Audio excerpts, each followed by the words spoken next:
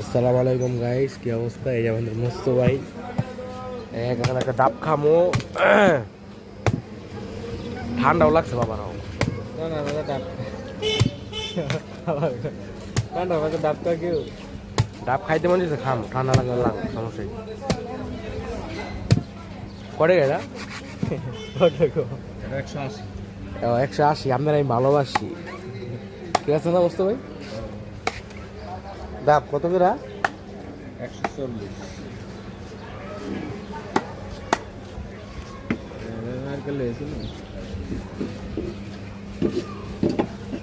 ডাব বেছেন 5 বেছেন না।